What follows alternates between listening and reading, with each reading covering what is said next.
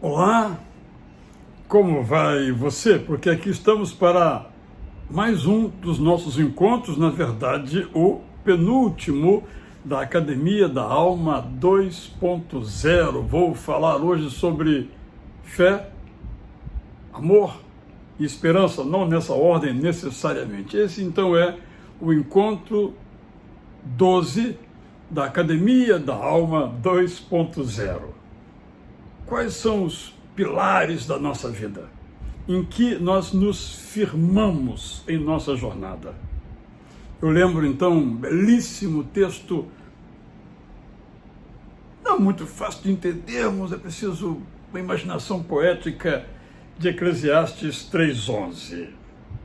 Deus fez tudo formoso em seu devido tempo. Também pôs a eternidade no coração do ser humano, sem que este ser humano possa descobrir as obras que Deus fez desde o princípio até o fim.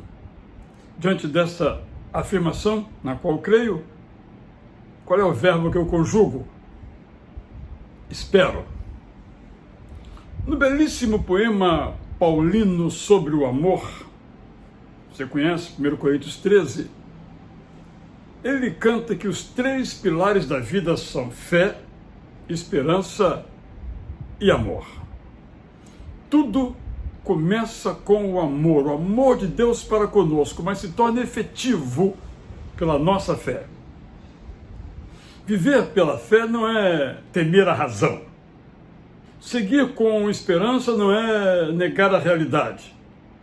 Amar a Deus não é passar ao largo da compaixão. Então eu quero falar primeiramente sobre o pilar da fé. Eu começo com uma paródia, ou uma paráfrase, talvez melhor, a Philip Yancey, quando escreveu um livro magistral chamado Rumores do Outro Mundo. Quero captar um pouquinho esta expressão para dizer que Abrão, depois Abraão, quando saiu de Ur, ele o fez porque ouviu um rumor do Deus eterno dizendo para ele que havia uma terra para a qual deveria ir, era convidado a ir, mas ele só saberia onde ficava essa terra quando chegasse lá, quando estivesse a caminho. Penso que Oswald Chambers tinha isso na memória quando escreveu: a fé jamais sabe para onde está sendo levada, mas ama e conhece aquele que está levando. Isso faz toda a diferença. Eu sempre gosto de pensar, e tenho dito isso, que a fé é uma resposta. A fé começa quando nós experimentamos a insuficiência das certezas que temos sobre o nosso presente e sobre o nosso futuro. A fé continua quando nos perguntamos se há algum sentido para a vida, porque estamos insatisfeitos com a noção de que somos regidos pelo acaso. Claro que não. A fé prossegue quando nos sentimos incomodados com o vazio de uma existência marcada apenas pelo ciclo de nascer, viver, morrer. A vida é mais do que isso. A fé então nasce com um desejo. A fé respira quando paramos de nos contentar com o que pensamos ou com o que nos ensinaram, talvez em livros muito lidos de autores vividamente aplaudidos, e nós mesmos nos pomos a perguntar e a pesquisar. A fé, a nossa, nos põe a caminho quando, deixando de lado nossos temores, nossos preconceitos, nós permitimos que Deus se revele a nós através da leitura do magistral livro chamado Bíblia. A fé se descortina para nós como uma possibilidade, quando desconfiados ou já apaixonados, descobrimos como e quanto somos amados pelo Deus eterno. E as histórias bíblicas, os ensinos, as promessas, todas elas colocadas na Bíblia, nos mostram e nos inspiram para que sigamos na jornada da fé. A nossa fé se solidifica quando nos deparamos com a vida, a morte, a ressurreição e a ascensão do Deus homem Jesus. Imigrante, rejeitado pela maioria ontem, amigo e irmão dos que querem sua companhia hoje, e Senhor pleno a se manifestar de modo completo amanhã. A fé não é um salto no escuro, inclui um salto, mas quem crê sabe o que vai acontecer. Um braço forte ou uma rocha firme para o acolher. A fé não é uma renúncia à razão. A fé caminha com a filosofia, a pesquisa, a ciência, mas quem crê não encaixota o seu pensamento em modos que podem ser ampliados. A fé não é uma superstição. A fé se recusa a acreditar em símbolos, objetos e fatos que as mãos humanas criaram. Porque quem crê ora de olhos fechados diante do Deus eterno, que é invisível. A fé não é uma negação de todos os desejos. A fé busca satisfazer os desejos, mas quem crê não se deixa algemar por nenhum dos seus desejos. A fé não é um pensamento positivo. A fé alimenta a esperança. Esperança essa baseada na história do amor de Deus e sempre leva a sério a nossa responsabilidade. Fé é confiar que somos amados por Deus que intervém, fala conosco e nos ouve. Fé é pensar e dar graças a Deus pelo dom da razão, que nos faz profissionais, pensadores, pesquisadores, artistas, atletas, teólogos, cientistas. Fé é crer no que é razoável, mesmo que pareça improvável. Porque sabemos que muitos fatos já ocorreram e muitos vão ocorrer, aqueles narrados nas Escrituras Sagradas, os outros narrados no nosso próprio corpo. Fé é desejar que aquilo que é melhor para nós e para os outros é o que devemos buscar, sonhando sempre com a bondade no comando, no volante das nossas vidas. Fé é imaginar que podemos ir além, de mãos dadas com o Senhor da história, cujo convite à amizade aceitamos.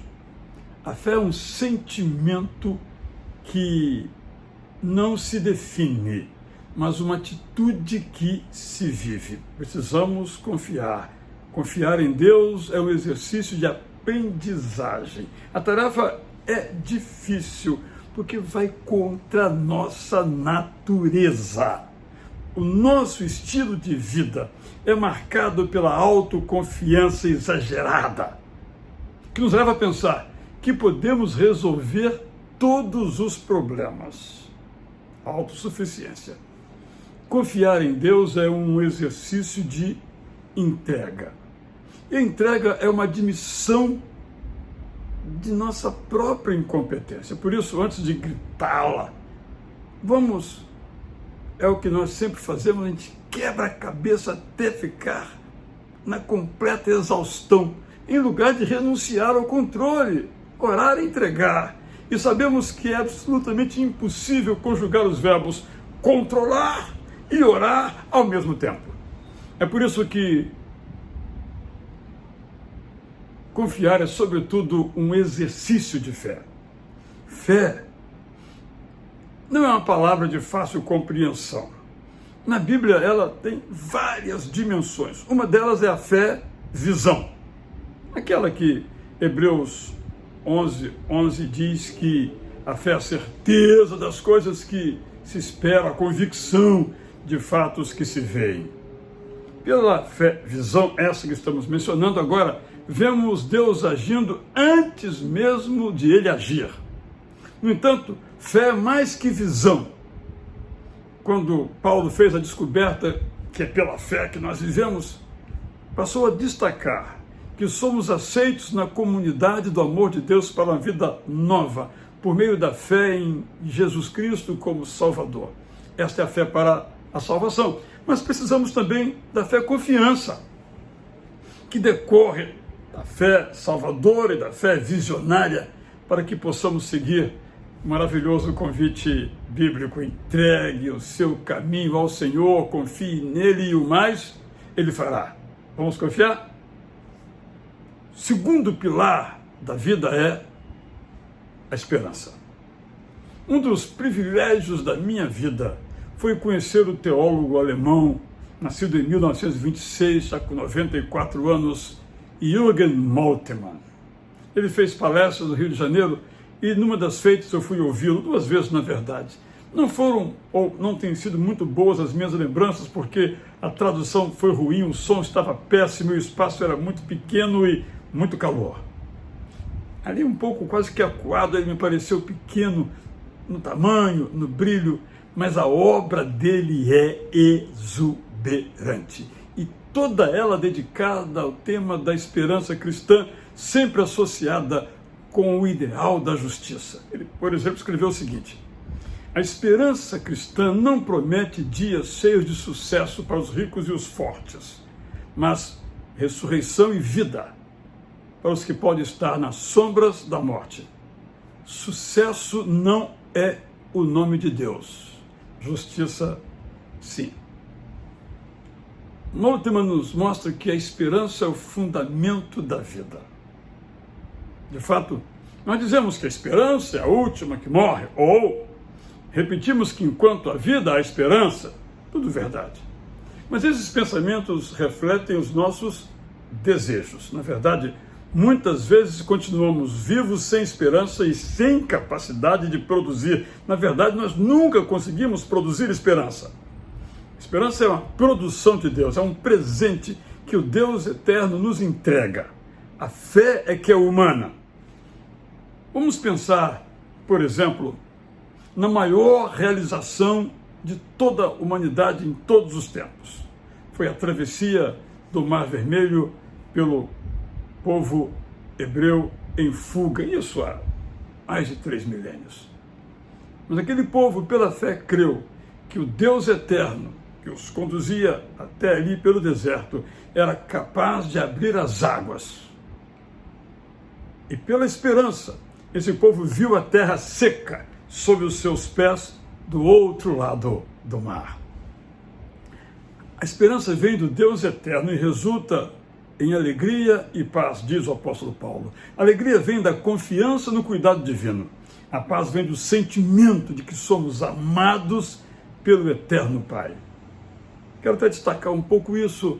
Quando eu preparei a Bíblia Sagrada Bom Dia, eu já sabia disso, mas a descoberta foi extraordinária. Todo o livro foi escrito para dizer que somos amados por Deus. Ou, tudo que Deus tem a nos dizer é isso: você é o meu filho, minha filha, amado, amada.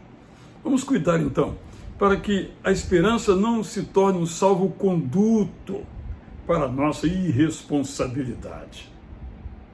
A esperança não pode ser a certeza de que vai acontecer o que nós queremos. Não, fica tranquilo, tudo vai dar certo. Não necessariamente. A esperança não pode ser um disfarce para a nossa autossuficiência. Comigo nada vai acontecer.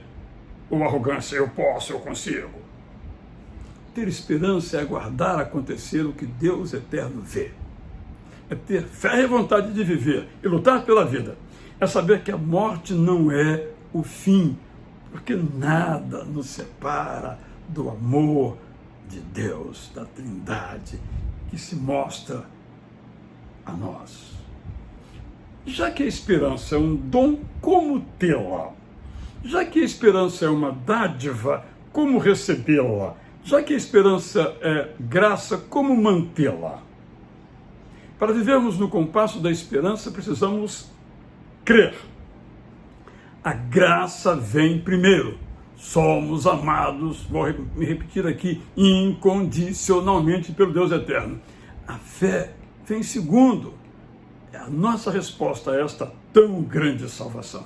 Então, agora nós podemos pedir que o Deus eterno nos encha de esperança, derramando-a continuamente em nosso coração.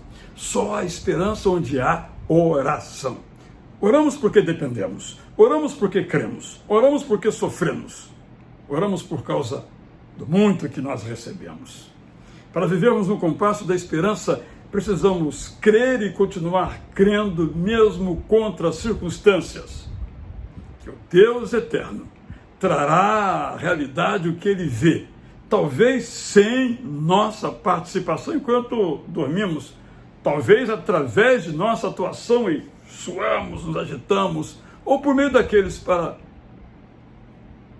exercerem a compaixão, mesmo que vitória alguma no momento deslumbremos. Nós precisamos assumir a responsabilidade, se queremos ver no compasso da esperança, de cuidar. Temos que fazer do verbo cuidar a nossa missão, a nossa tarefa maior, o nosso ministério. Precisamos usar os recursos que o Deus eterno nos disponibiliza para vivermos no compasso da esperança. A palavra dele, a Bíblia, pela qual ele nos guia, nossa meditação diária, pela qual Deus nos pastoreia, e os livros bons que nos desafiam e as lindas músicas que nos servem de refrigério. Agora, quero falar do pilar do amor, o terceiro. Eu amo o apóstolo Paulo. Você também, certamente. Eu já o amava, mas quando eu fiz uma viagem rápida, uma semana, alguns dias, pela Turquia, eu voltei totalmente apaixonado. O homem, que eu imagino baixinho, percorreu toda aquela região chamada de Ásia pelas autoridades romanas. Lá estando, eu perguntei então à guia como é que Paulo fez essas viagens, meio de transporte. Ela me disse que foi a pé, porque alugar um animal ou uma carruagem não era para o tupete de Paulo, era muito caro. Então o que ele fez andando, eu fiz sobre as asas de um avião ou assentado numa confortável poltrona no ônibus. Eu quero confessar, eu não consegui imaginar como ele andou tanto. E até acho então que ele era magrinho. Além de baixinho e magrinho, tudo minha imaginação. Mas eu sei que ele fez isso, não sei como ele fez, porque ele fez toda aquela situação, mas eu sei que ele fez isso por amor. E quando se ama, sacrifício não é sacrifício. Paulo não só escreveu belamente sobre o amor, ele amou. Indefinível, o amor é palavra, sentimento, atitude, ação. Começa no céu, acontece na história, sobe ao infinito. Amor nos leva ao verbo amar de muitos objetos. Amamos-nos a nós mesmos, cada vez mais apaixonadamente, cada vez mais intensamente, cada vez mais perdidamente. Nós nos amamos. Nós nos amamos e queremos ser amados. Para ser amados, chegamos a fazer o que nós não queremos, seguimos a moda que não apreciamos, vamos a lugares que não gostamos, buscamos aplausos de que nós não precisamos. Amamos a Deus, às vezes apaixonadamente, às vezes displicentemente, às vezes intensamente, às vezes burocraticamente, às vezes sem expectativa de recompensa, às vezes apenas pelas bênçãos que nós esperamos. Amamos a Deus para lhe corresponder docemente ou por o temer doentiamente. Amamos a Deus como uma forma de busca sem fim ou pelo entendimento de que Ele nos buscou e sem Ele não podemos viver. Amamos o outro pela alegria que sua companhia nos dá ou pelo prazer que o seu corpo nos oferece ou internece. Amamos o outro para com ele realizar desejos e para com ele nos realizarmos como pessoas. Sempre conjugaremos o verbo amar, que se ancora na reciprocidade. Mas nós podemos ir além. Nós vamos além quando amamos, mesmo sendo incompreendidos, desprezados, perseguidos, rejeitados. É quando amamos o desconhecido, o abandonado, o diferente, o injustiçado, o inalcançado. Quando amamos, olhando no espelho do amor de Deus para conosco, amamos desprendidamente, amamos missionariamente, amamos solidariamente. Esse jeito puro de amar que temos que cuidar para que sempre nos habite. O amor é mãe de todas as virtudes que o Espírito Santo de Deus produz em nós. Quando amamos, sentimos alegria, promovemos a paz, somos pacientes, somos corteses, somos misericordiosos, somos fiéis, comportamos de modo tranquilo, dominamos o nosso temperamento. Embora o ódio da guerra, da arrogância, do preconceito triunfe e nem sempre sejamos recomendados, não desistimos de amar na prática. Quem ama vai até o fim, não importa o preço. Então, desejemos amar como Deus nos amou e ainda ama. Peçamos a Deus para dilatar o nosso coração, que naturalmente quer se encolher, quer escolher, só colher, recolher. Criemos desejos e formas para amar, mas não menos. Ensinemos o amor com os exemplos de renúncia, de gratidão e de solidariedade por nós vividos. Quando amamos, nós nos parecemos com Deus. Quando amamos, antecipamos o que viveremos na eternidade. Do amor nasce a alegria. Devemos então nos lembrar que a fé é uma escolha indispensável para a renovação da vida, mas produzirá a morte. A fé pode produzir a morte, se não for mediada pelo amor. De igual modo, a esperança é uma atitude indispensável para nos orientar, mas a nossa vida pode ser transformada em ilusão, se não for nutrida a nossa esperança com amor. E esse cuidado vale para todas as direções da vida. Vejamos o caso da razão. A razão é uma habilidade indispensável na reflexão sobre a existência, mas será mãe da destruição se não for controlada pelo amor. Vejamos as máquinas de guerra. O dinheiro é um recurso indispensável para a manutenção da vida, mas será idolatrado se não for usado com amor.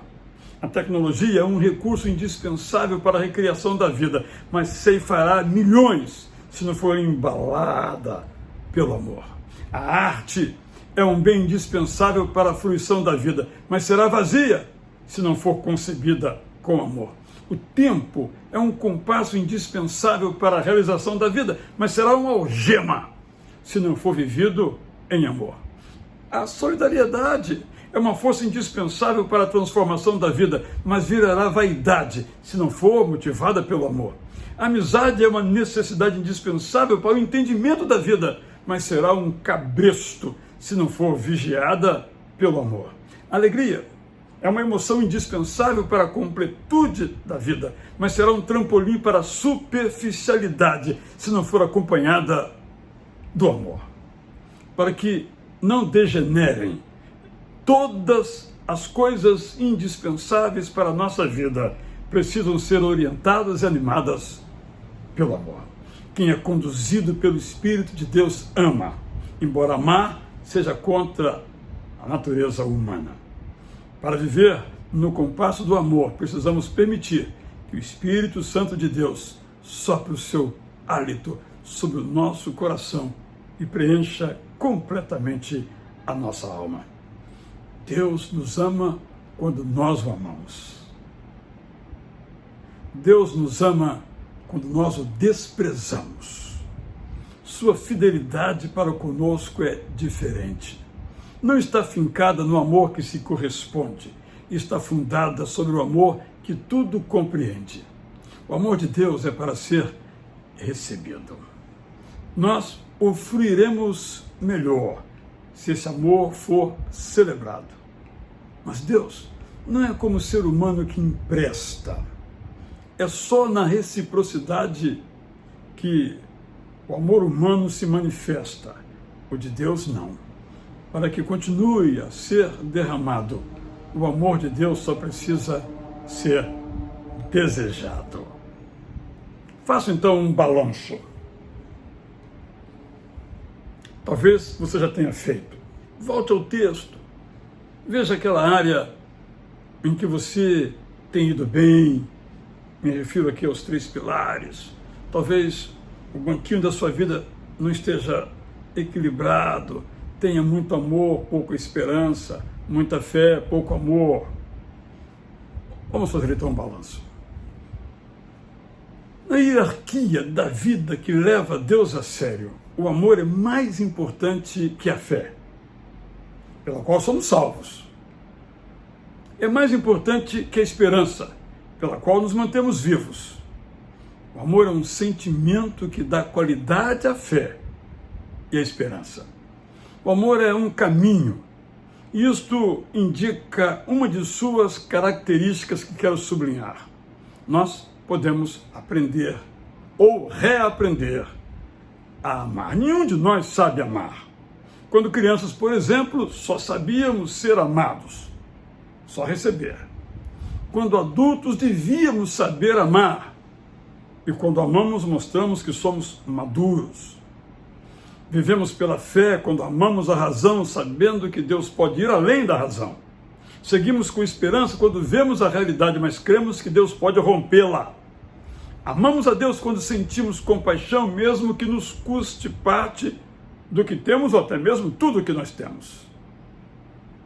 No livro Rumores do Outro Mundo, Philip Yancey fala de pessoas que viveram assim.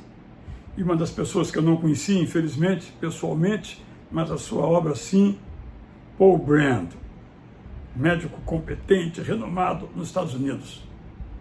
Deixou tudo para cuidar dos homens e mulheres que sofriam de lepra e eram totalmente afastados da comunidade numa região da Índia.